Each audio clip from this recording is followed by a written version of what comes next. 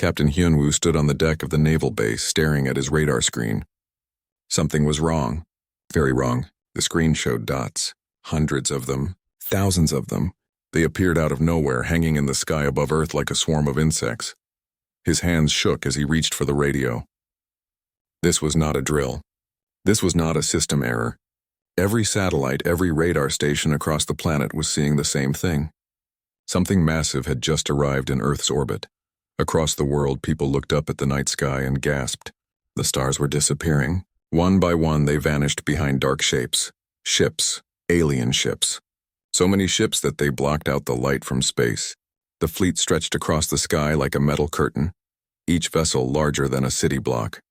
In Seoul, Dr. Ji-won ran through the halls of the university. Her equipment had gone crazy an hour ago. The readings made no sense. Energy signatures that should not exist. Mass readings that defied physics. She burst into the observation room and looked at the main screen. Her coffee mug slipped from her hand and shattered on the floor. At Camp Humphrey, Sergeant Dae-jung was woken by alarms. Loud, urgent alarms that meant only one thing. Red alert. All personnel to battle stations. He pulled on his uniform and ran outside. Other soldiers were pointing at the sky. He looked up and felt his stomach drop. The ships were so large he could see them with his naked eyes, even though they were in orbit. On the command ship high above Earth, Commander Veltorix smiled. This would be easy. His tactical officer showed him the scan results. The planet had primitive technology, basic satellites, simple aircraft. Their weapons were chemical-based. Their computers were slow. They had no shields, no energy weapons, no faster-than-light travel. This was classified as a Class 7 primitive world. The Virillian Empire had conquered 847 systems. This would be number 848. Veltorix estimated the entire operation would take less than 2 days, maybe even less than 1 day. He activated the translation matrix and broadcast a message to the planet below. The message went out in every language the scanners had detected: English, Mandarin, Spanish, Hindi, Arabic, and dozens more.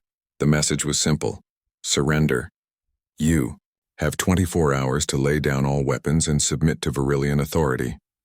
Resistance is futile. Your technology is inferior. Your military is obsolete. Accept your place in the Empire, and you will be treated fairly.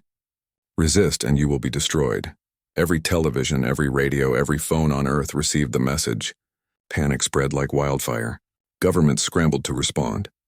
The United Nations building in New York filled with leaders from every nation. Arguments broke out. Some wanted to surrender. Some wanted to fight. Some wanted to negotiate. Captain Hyunwoo studied the alien formation carefully. Something bothered him. The ships were arranged in perfect geometric patterns. Perfect circles. Perfect lines. They looked impressive, but they made no tactical sense. Any first-year military student would know better. The formation had gaps, weak points. It was like they were more concerned with looking powerful than actually being powerful. He called his superior officer and shared his observations. Within an hour, military analysts around the world were studying the same thing. The aliens had positioned their fleet for maximum visual impact, not maximum combat effectiveness. It was strange. Very strange. Dr. Ji-won worked through the night analyzing the alien signals. She noticed something odd. The technology signatures were advanced, yes, but not as advanced as they should be. The shields operated on frequencies that were easy to detect. The power systems had clear heat signatures. Their communications were encrypted, but the encryption was old. Very old. She sent her findings to the government. Within minutes, her phone rang. It was the military. They wanted her at the command center immediately. She grabbed her laptop and ran. Sergeant Dae-jung and his unit prepared for combat. They loaded weapons, checked ammunition, and waited for orders. The mood was tense. Everyone knew what was coming. The aliens had given Earth 24 hours. That deadline was approaching fast. As the hours passed, something unexpected happened. Humanity did not fall into chaos. Instead, something else emerged. Something the aliens had not anticipated. Unity. Old enemies put aside their differences. Nations that had been rivals for decades suddenly became allies. The entire planet had one common goal now: survival. Military bases worldwide went to full alert. Fighter jets launched and circled in formation. Naval fleets moved into defensive positions. Artillery batteries powered up. Missile systems came online. If the aliens wanted a fight, Earth would give them one. Commander Veltorix watched the deadline approach with satisfaction. The primitives had not responded to his demands. That meant they would resist. Good. A quick military victory would be more impressive on his record than a simple surrender. His crew prepared the assault craft. The landing parties checked their weapons. Everything was ready. He did not bother to do a detailed scan of the planet's current military capabilities. The preliminary data was enough. Primitives were primitives. They would have made some advances since the radio signals his ship had detected from 80 years ago, but nothing significant. Nothing that could threaten his fleet. That was his first mistake. As the deadline expired, Veltorix gave the order. The attack began. Assault craft launched from the capital ships, hundreds of them, streaming down toward the planet's surface like falling stars. They targeted major military installations first. That was standard procedure. Captain Hyun-woo watched them come. His finger hovered over the fire control button. All across Earth, thousands of soldiers did the same. They waited until the alien craft entered the optimal range. Then as one, they fired. The sky lit up with explosions. Surface-to-air missiles streaked upward. Fighter jets engaged the alien escorts. Naval vessels launched their payloads. The aliens had expected primitive weapons. They got modern warfare. Sergeant Dae-jung watched through his scope as the first alien landing craft approached his base. He waited until it was close enough, then gave the command. His unit opened fire with everything they had. The alien craft staggered in mid-air, its shields flickering under the assault. It tried to retreat but was too slow. A javelin missile hit it dead center. The craft exploded in a ball of fire and crashed into the empty field beyond the base. All across Earth, the same scene repeated. The aliens had come expecting an easy victory. Instead, they found a planet that knew how to fight. A planet that had spent thousands of years perfecting the art of war. A planet that would not surrender. On the command ship, Commander Veltorix stared at his status board in disbelief. Red lights blinked everywhere. Craft destroyed. Shields failing. Casualties mounting. This was impossible. The primitives should not be able to fight back like this. His tactical officer looked at him with fear in his eyes. Veltorix finally did what he should have done from the beginning. He accessed the Galactic Archive and searched for detailed information about this planet. He typed in the coordinates. The system returned one result. He opened the file and felt his blood run cold. The planet's name was Earth, and the warnings in the archive went back 10,000 years. Commander Veltorix stared at the red text on his screen. The words seemed to burn into his eyes. Death World. Extreme caution. Do not engage. Quarantine recommended. The warnings went on and on. Every advanced species that had ever found Earth had left the same message. Stay away, do not make contact. These beings are dangerous. His second officer stood beside him, reading over his shoulder. The younger Virilian's face turned pale. He looked at his commander with wide eyes and whispered a single word. Earth. The planet had a name in the galactic community, a reputation, and that reputation was terrifying. The archive contained thousands of entries. Ancient species had visited Earth millions of years ago, when the dominant life forms were still primitive reptiles. They had marked it as a death world then. Too dangerous. Too hostile. Everything on the planet seemed designed to kill. The gravity was high. The weather was violent. The native life was aggressive, but the more recent entries were worse. Much worse, they described the humans. A species that had evolved from persistence hunters. Creatures that could chase prey for days without stopping. That could survive in almost any climate. That could eat almost anything. That could heal from terrible injuries. That never ever gave up. One report from 3,000 years ago described watching humans hunt. The human would wound an animal and then follow it. Hour after hour, day after day, never stopping, never resting. Just walking steadily behind the injured prey until the animal finally collapsed from exhaustion. Then the human would kill it and carry it home. Another report described human warfare. Humans fought each other constantly. They had weapons that could destroy cities. They had invented thousands of ways to kill. They studied war like other species studied art. They wrote books about strategy. They built schools to teach combat. They never stopped improving their methods of destruction. The most recent entry was from 80 years ago. It warned that humans had split the atom. They had created weapons that could end all life on their planet, and they had used them. Twice. The report concluded with a simple statement. If they are willing to do this to themselves, imagine what they will do to us. Veltorix felt sick. He had attacked a Death World species without checking the archives first. He had brought his fleet to Earth based on old radio signals that made them seem primitive. He had assumed they would still be primitive now. That assumption was destroying his fleet. On Earth, the first wave of alien attackers was being torn apart. F-35 fighter jets screamed through the sky, their missiles finding targets with deadly accuracy.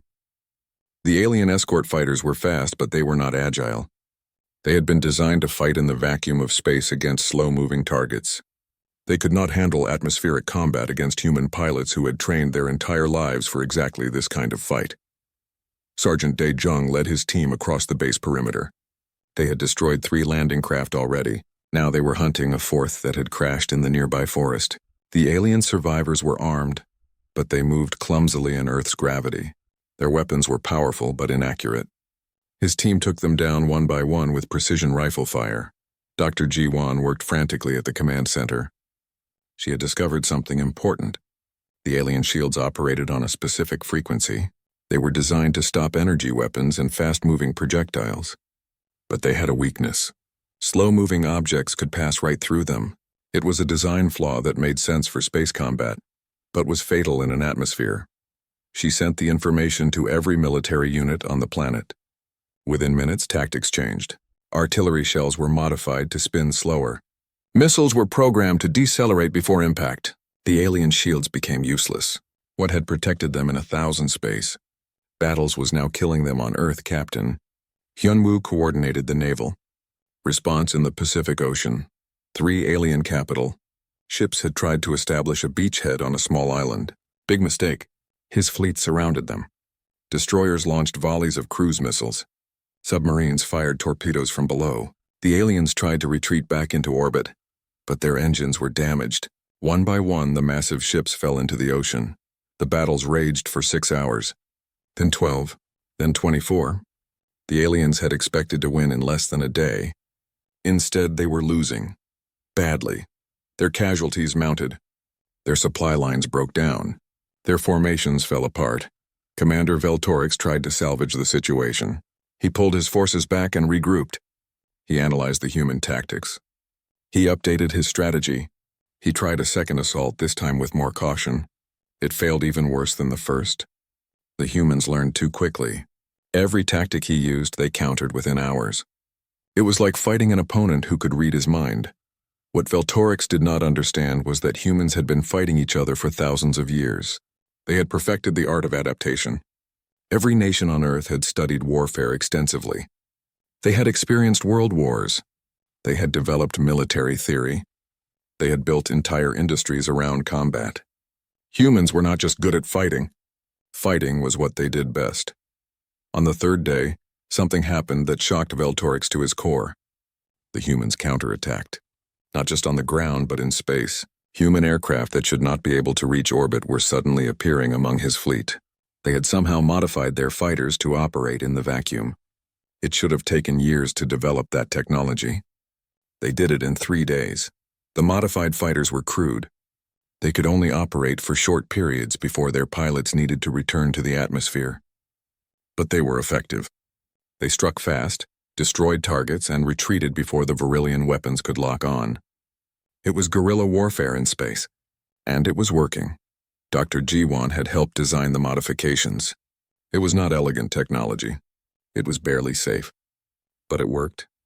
That was the human way. If something needed to be done, they found a way to do it. They did not wait for perfect solutions. They built working solutions and improved them as they went. Sergeant De Jong was part of another innovation.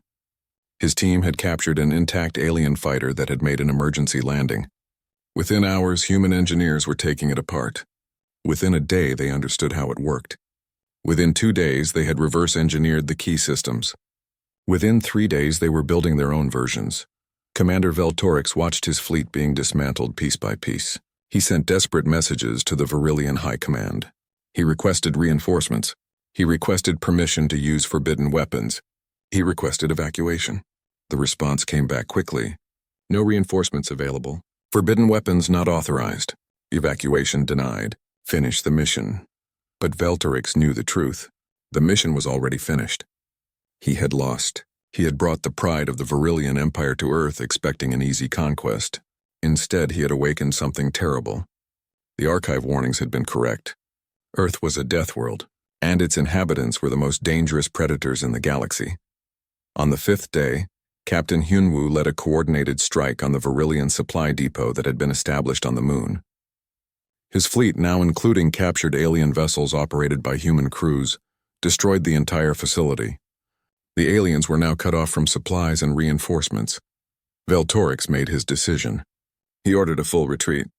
His remaining ships began pulling back from Earth orbit, preparing to jump to faster-than-light speed. But the humans were not done with them. They pursued. Human forces that should have been defending their planet were now chasing the invaders away. As his command ship prepared to jump, Veltorix sent one final message to the Virillian High Command. It was not a report of victory. It was a warning. He described everything that had happened. He explained how badly they had underestimated Earth. He ended with a recommendation that would haunt him forever: complete quarantine of this sector. Do not send more forces. Do not attempt rescue. And most importantly, never ever threaten Earth again. We did not just lose a battle. We woke something that was better left sleeping. May the stars have mercy on anyone who makes this mistake again. Colonel Sang-min sat in the cockpit of the modified fighter, staring at the stars ahead.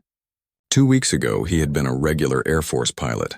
Now he was leading humanity's first deep space combat mission. The transformation had been incredible, terrifying, exciting, all at the same time.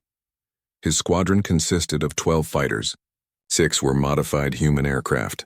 The other 6 were captured alien vessels that human engineers had learned to operate. Behind them, 3 larger ships carried supplies and support crew. It was not a big force, but it was enough for what they needed to do. The Virillian fleet was retreating to their staging base in the asteroid belt.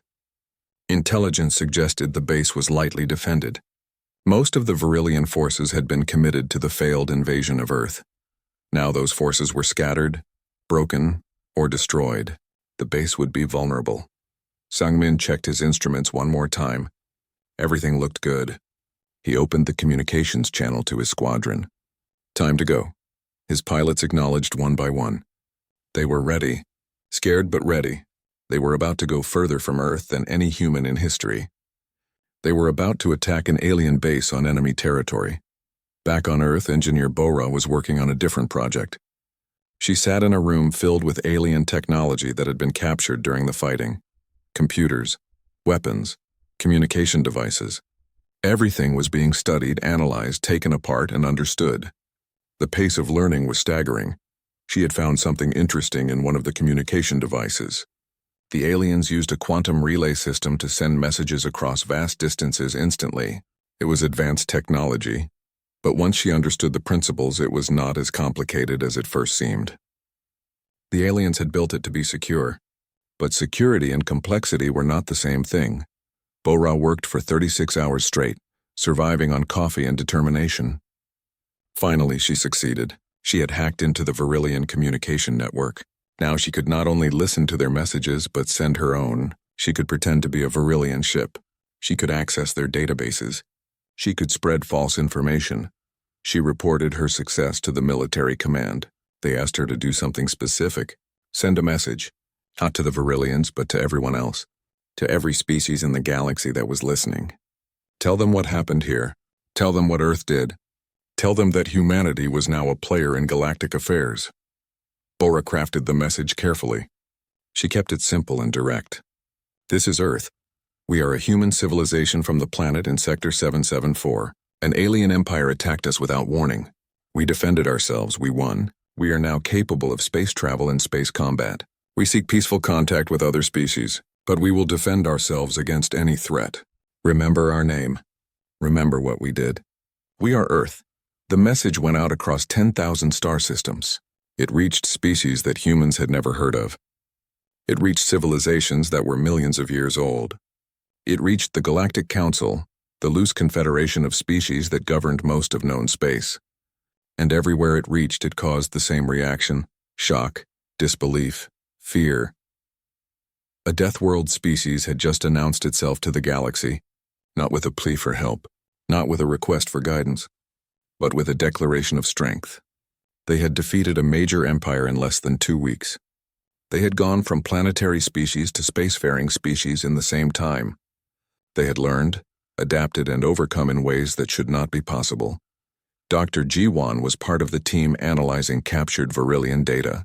She had found their star charts, their trade routes, their colony locations, and most importantly, she had found the coordinates of their home world. The information was valuable. It gave Earth leverage in any future negotiations. It also gave them targets if negotiations failed. She passed the information up the chain of command. Politicians debated what to do with it. Some argued for an immediate strike against the Virillian homeworld, make them pay for attacking Earth, show the galaxy that humanity was not to be trifled with. Others argued for restraint.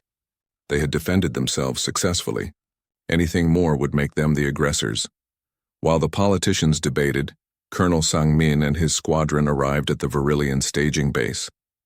They approached carefully, scanning for defenses. The base was larger than expected. It was built into a massive asteroid, with docking bays, weapons platforms, and shield generators. But many of the defenses were offline. The base was in chaos. Ships were arriving and departing constantly. Wounded were being evacuated. Supplies were being loaded. Sang-min made the call. Attack now while they are disorganized. His squadron split into 3 groups. One targeted the shield generators. One targeted the weapons platforms. One targeted the docking bays where ships were refueling. They struck fast and hard, using tactics the Virillians had never seen before. The generators exploded in bursts of blue fire. The weapons platforms went silent. The docking bays erupted in secondary explosions as fuel stores ignited. In less than 10 minutes, the Virillian staging base was crippled. Ships trying to escape were disabled. Those trying to fight back found their weapons damaged or destroyed. Sang-min led his squadron back toward Earth. They had lost 1 fighter to enemy fire, but the pilot had ejected and been recovered by the support ships. It was a victory, a complete decisive victory. Humanity had just conducted its first successful deep space military operation. Back on Earth, Sergeant Dae-jung was training a new type of soldier. The military had quickly realized they needed specialists for space combat. Different gravity, different tactics, different challenges. Dae-jung had combat experience and had also participated in boarding the captured alien ships. That made him perfect for the job. His students were eager but inexperienced. He taught them the basics: how to move in zero gravity, how to fight in confined spaces, how to breach sealed doors, how to use alien weapons. Most importantly, he taught them to think flexibly. Space combat was new for humans. The old rules did not always apply. They needed to adapt constantly. Captain Hyun-woo had a new job too. He was now an admiral. His task was to organize Earth's first permanent space defense force. It was a massive undertaking. He needed ships, crews, supplies, training programs, maintenance facilities. Everything had to be built from scratch, and it had to be built quickly. But Hyun-woo was good at his job. He started by taking inventory of what Earth had. Captured alien ships that could be repaired and used. Human ships that could be modified for space combat. Weapons that could be adapted. Technology that could be reverse engineered. It was not much, but it was a start. Within 3 weeks of the initial invasion, Earth had changed completely. The world had united under a common purpose. Old conflicts seemed petty now. Humanity had faced an existential threat and survived. More than survived. They had won. Now they were looking outward toward the stars with new determination. The Virillian Empire sent a formal communication. They requested a ceasefire. They offered to negotiate. They promised reparations. They even offered technology and trade agreements. The message was humble, almost pleading. It was clear they wanted to end this conflict before it got worse. Earth's leaders considered the offer carefully. Some wanted to accept immediately. Others wanted to demand more.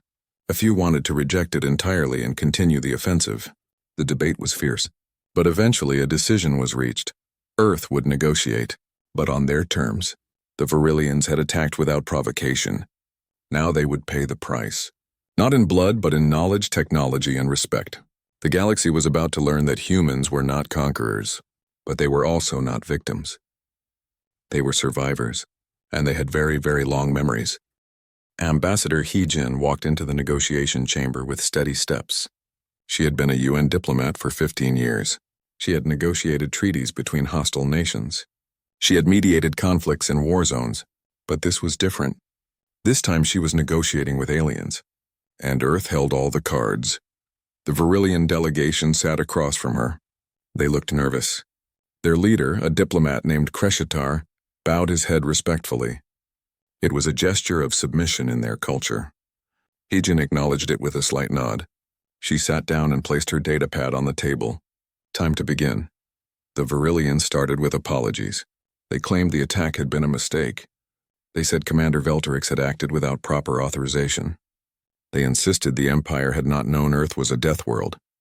They offered sympathy for the lives lost. They spoke for a long time. He-jin listened patiently. When they finished, she responded. Her voice was calm but firm. The time for apologies had passed. Earth wanted action, not words.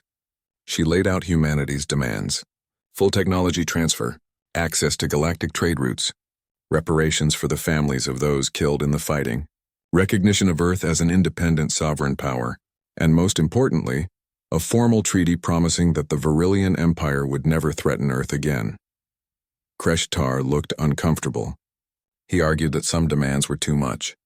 The Empire could not simply give away its technology. It would upset the balance of power in the galaxy. Other species would object. The Galactic Council would be angry. He-jin smiled coldly.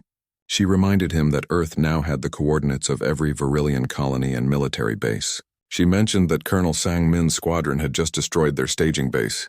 She pointed out that human engineers had already reverse-engineered most of their technology anyway. The Virillians could cooperate and maintain some dignity, or they could refuse and face the consequences. The negotiations continued for 3 days. Back and forth. Offers and counteroffers, threats and compromises, but slowly an agreement took shape. The Virillians would provide technology and star charts. Earth would agree not to attack Virillian territory. Both sides would establish formal diplomatic relations. Trade would be permitted, and the Empire would pay substantial reparations over the next 50 years. While He-jin negotiated with the Virillians, other ships were arriving at Earth. Not warships this time. These were diplomatic vessels from other species. They came from the Galactic Council. They came from independent worlds. They came from trade confederations and military alliances. Everyone wanted to meet the humans who had defeated the Virillians. One of the first to arrive was Council member Thexara. She was from a species called the Pelthrians. They looked like tall, thin insects with 4 arms and large compound eyes. They had been part of the Galactic Council for 3,000 years. They were wise, cautious, and very concerned about Earth. Thexara met with Earth's leaders in Geneva. She congratulated them on their victory. She praised their courage and skill. Then she delivered a warning. The galaxy was watching Earth closely. Many species were afraid. A Death World species with advanced technology and military success was terrifying. Earth needed to be very careful about its next moves. The Galactic Council had rules. Species were expected to follow certain guidelines. No territorial expansion beyond certain limits. No weapons of mass destruction in civilian areas. No slavery. No genocide. If Earth wanted to join the galactic community, they needed to accept these rules. If they did not, they would be isolated, quarantined, possibly even attacked. Earth's leaders listened carefully. Some were angry at being lectured about rules by a galaxy that had just tried to conquer them. Others saw the wisdom in cooperation. Dr. Ji-won was part of the discussions. She argued for acceptance. The rules seemed reasonable, and having allies would be better than facing the galaxy alone. But He-jin asked important questions. She wanted to know what the Council had done when the Virillians attacked Earth. Where were these rules then? Where were the peacekeepers? Where was the galactic justice system? Thexara looked uncomfortable. The truth was simple. The Council had done nothing. They had watched and waited to see what would happen. He-jin pressed further. If the Virillians had won, would the Council have intervened? Would they have freed the human survivors? Would they have punished the Empire? Thexara admitted the truth. Probably not. The galaxy operated on power and self-interest, not justice. The Council was not a government. It was more like a club where powerful species discussed mutual interests that changed Earth's perspective. They would cooperate with the Council, but they would not rely on it. They would build their own strength. They would make their own alliances. They would protect themselves, because clearly no one else would do it for them. More ships arrived over the following weeks. Some brought trade offers. Others offered military alliances. A few came simply to study humans and learn about this strange new species. Earth was suddenly popular, not because people liked them, but because people feared them. And in galactic politics, fear was often more valuable than friendship. Dr. Ji Wan led the scientific delegation that met with other species. She discovered something fascinating. Human thinking was different from most alien species. Humans were generalists. They could do many things reasonably well. Most alien species were specialists. They were excellent at specific things but struggled with others. This explained why humans had adapted so quickly. When faced with a problem, they could approach it from multiple angles. They could combine different types of knowledge. They could improvise and innovate. Other species tended to follow established patterns. They had one way of doing things and they stuck to it. It made them predictable. It made them vulnerable. Engineer Bora continued her work on alien technology.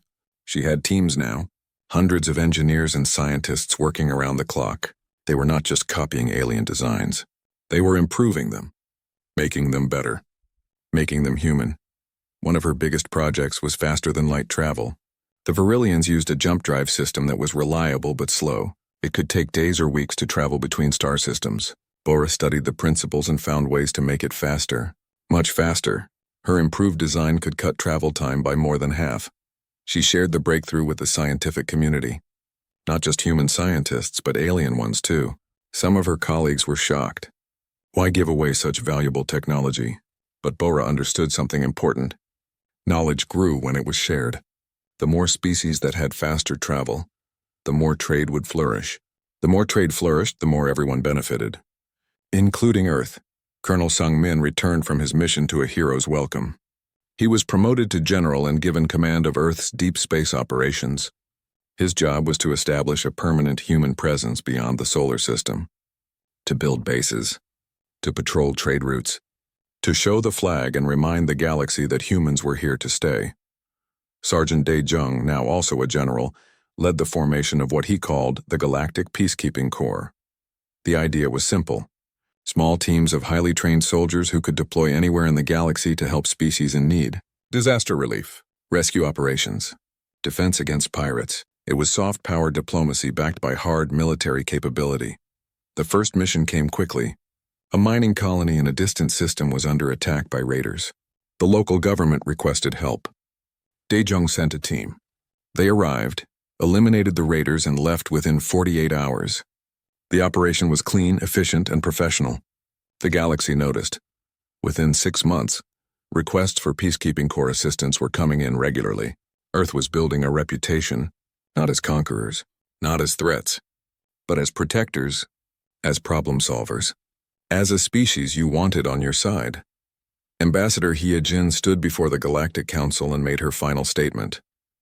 Earth accepted the Council's rules. Earth would join the galactic community as equals, not subjects. And Earth would remember both its friends and its enemies. The Council voted. Earth was accepted as a full member.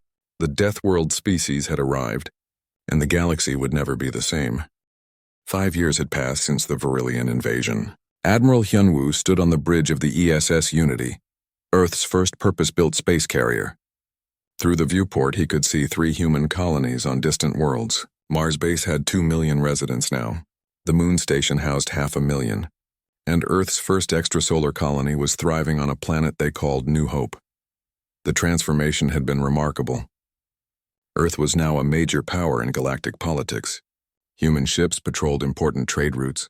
Human engineers helped other species with technological problems. Human diplomats negotiated treaties and settled disputes. The galaxy had learned to respect humanity, and in many cases to rely on them.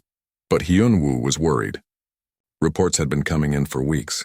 Strange signals from the outer rim of explored space, ships disappearing without a trace, colonies going silent.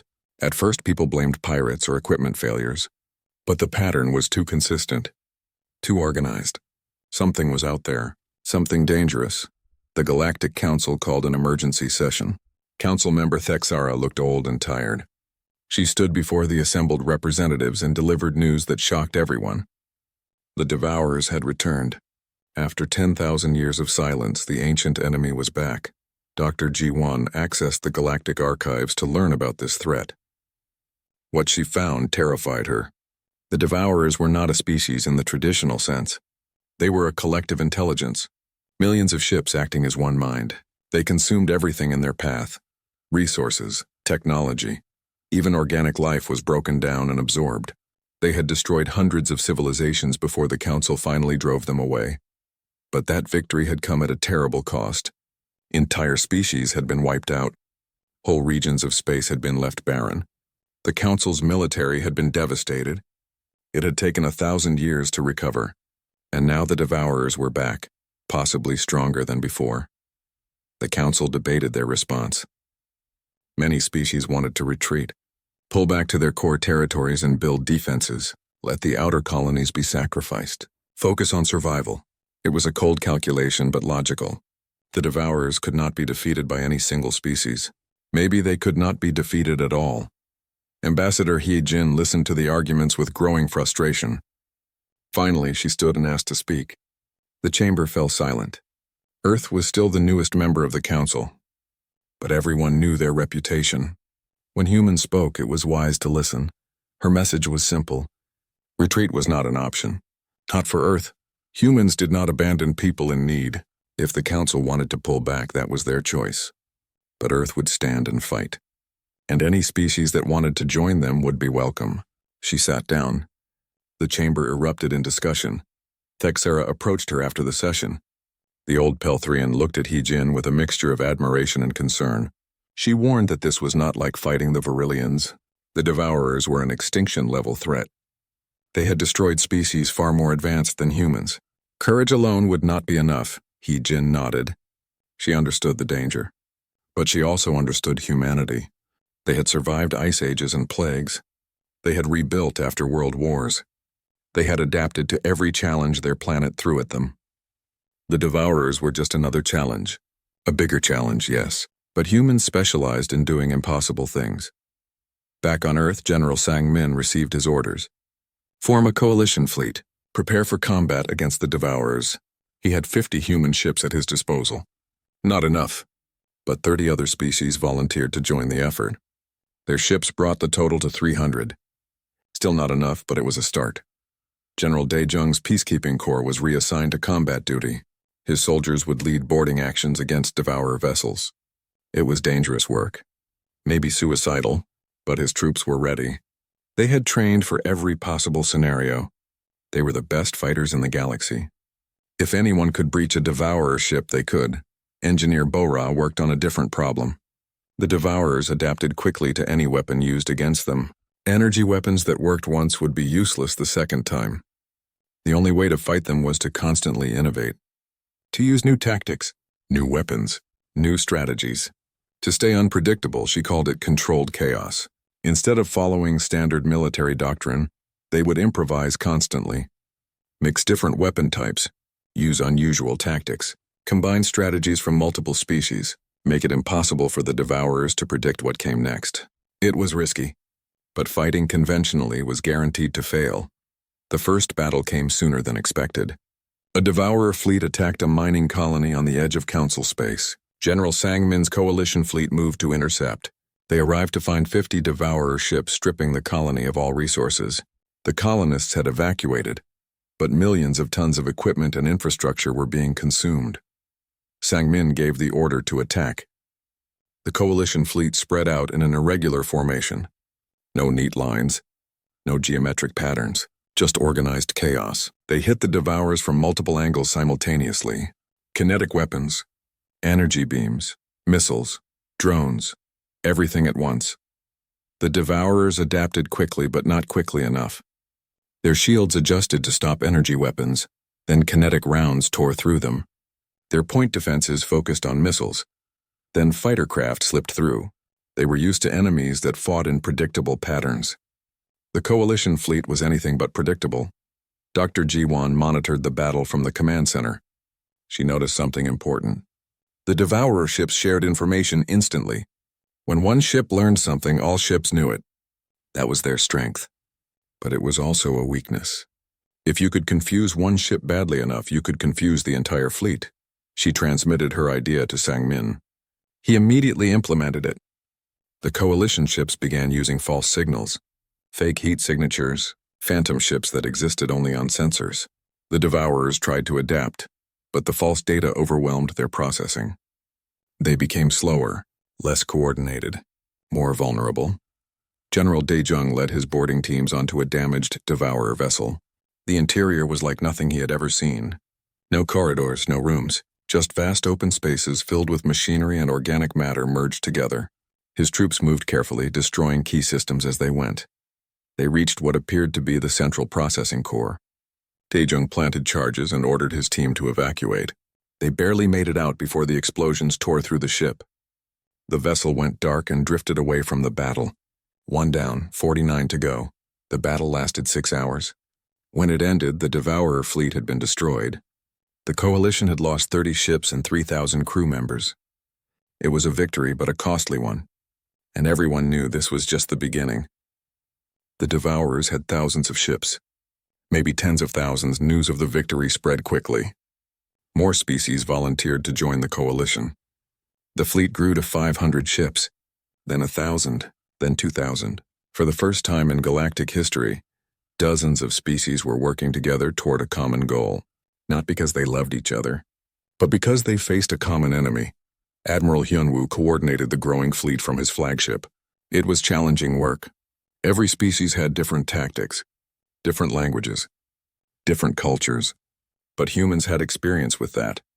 Earth itself was a planet of different cultures working together. Hyunwoo applied those same principles on a galactic scale. More battles followed. Each one was different. Each one required new tactics. The Devourers learned and adapted, but so did the Coalition. And the Coalition learned faster. They had something the Devourers did not: creativity, innovation, the ability to think in ways that had never been tried before. Council member Thexara watched the human-led coalition with amazement. She had lived for 200 years. She had seen countless wars and conflicts, but she had never seen anything like this. Humans had taken a terrified, divided galaxy and turned it into a unified fighting force. In less than 5 years, they had gone from unknown primitives to galactic leaders. The war continued. Months turned into years. The fighting was brutal. Millions died. Hundreds of worlds were damaged or destroyed. But slowly, steadily, the Coalition pushed the Devourers back. They reclaimed lost territory. They freed occupied colonies. They proved that the ancient enemy could be defeated. Finally, after 3 years of constant warfare, the last Devourer ship was destroyed. The collective intelligence was broken. The threat was ended. The galaxy erupted in celebration. Species that had fought alone for millennia had won by fighting together, and at the center of that unity stood Earth. Ambassador Hyejin addressed the Galactic Council one final time. She spoke about the future, about cooperation and mutual defense, about building something better than what had existed before. The Death World species had shown the galaxy not just how to fight, but why to fight. Not for conquest, not for glory, but for each other, for survival, for the future. The age of isolation was over. The age of unity had begun, and humanity would stand at its heart, not as masters but as guardians, forever watching, forever ready, forever Earth.